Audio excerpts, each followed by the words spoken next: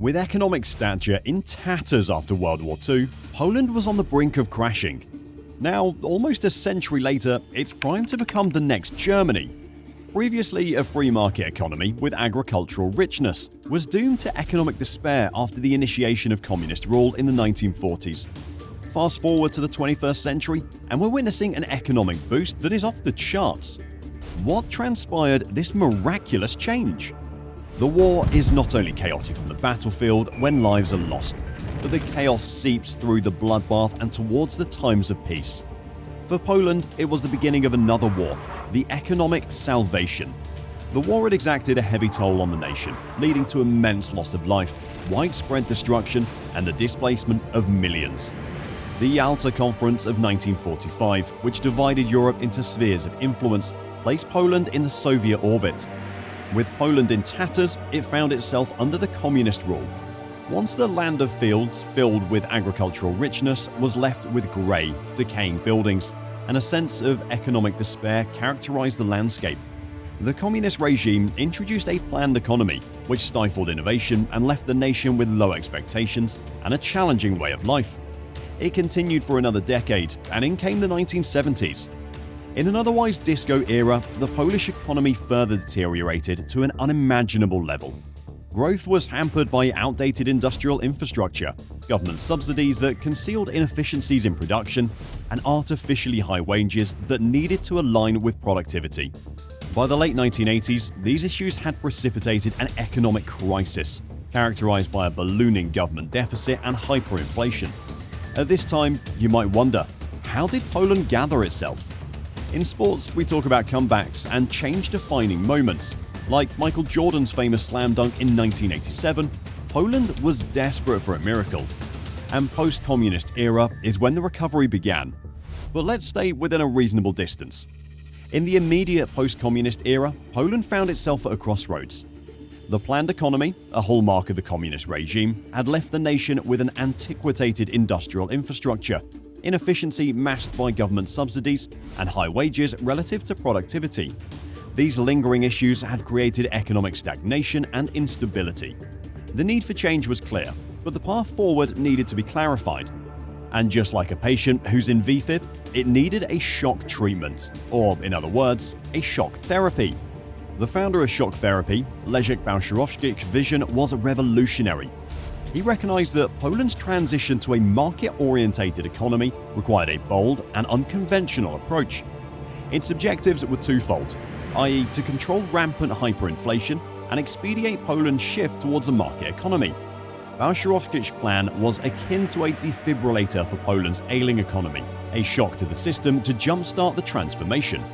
The key components of this plan comprised heavy decisions. We mentioned that Poland is in a war after the World War. Due to this plan, Poland lost the battle but was able to win the war, as we'll see in the latter half of the video. Step 1. Wage freeze. The plan included the freezing of wages, a necessary measure to curb hyperinflation and realign salaries with economic reality. This decision was a tough pill for many, but it was a fundamental step in stabilizing the economy. Step 2. Price deregulation. Another vital aspect of the plan was the removal of price controls. This move allowed market forces to determine prices, fostering competition and efficiency in various industries.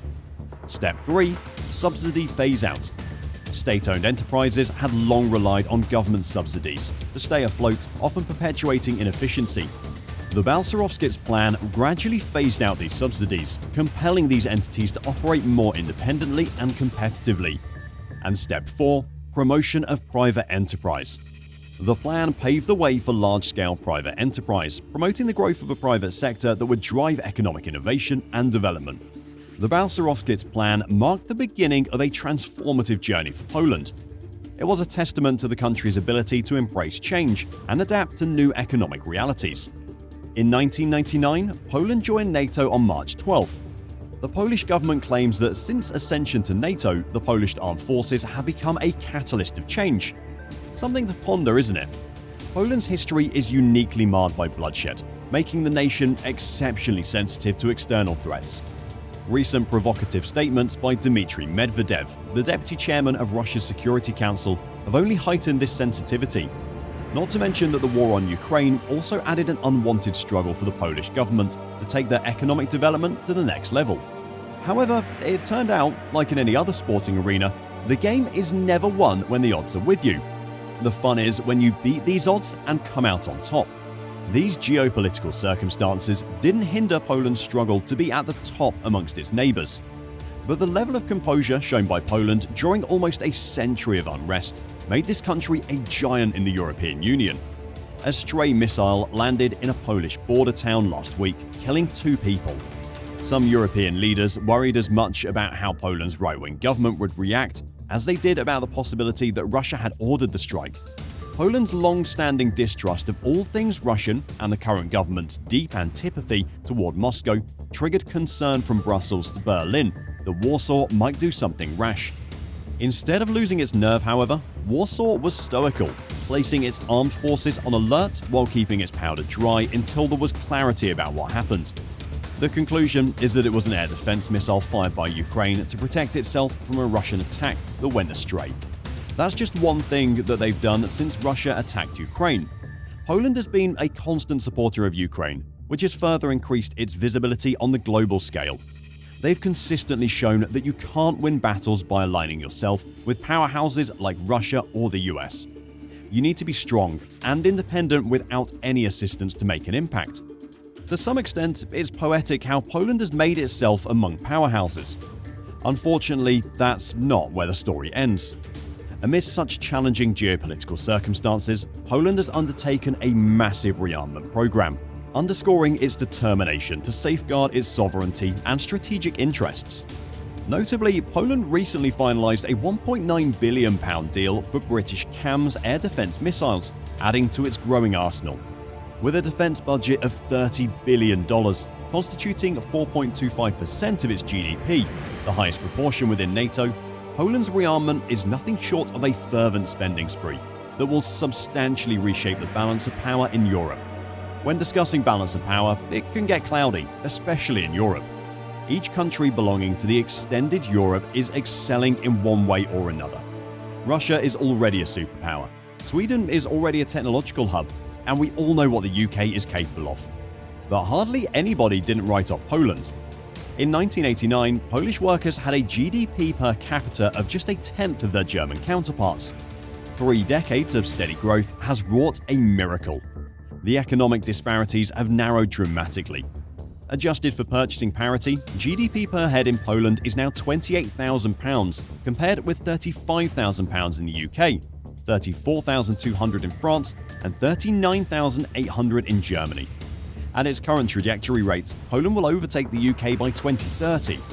Since the millennium, Poland's real GDP per capita has more than doubled.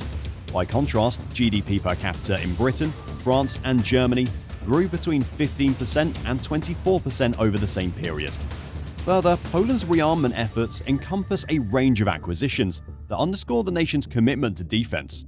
From procuring 250 American M1A2 Abrams tanks to 500 HIMARS systems and 96 Apache attack helicopters, Poland is on track to possess Europe's most formidable land army by the end of the decade.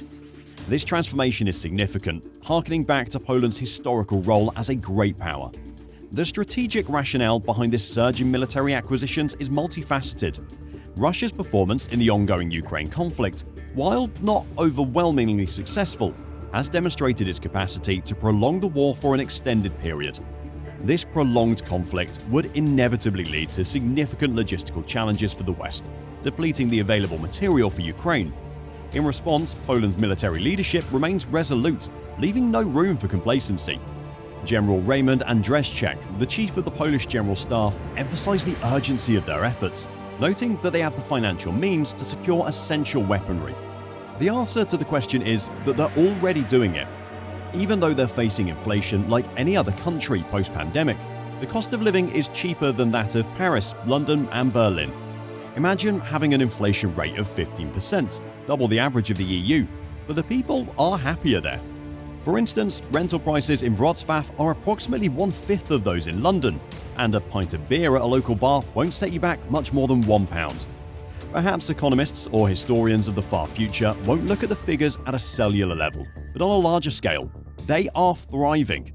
Poles had to work an average of 1,830 hours a year, more than Americans, British, French, and even Germans. Finally, the hard work is reaping rewards.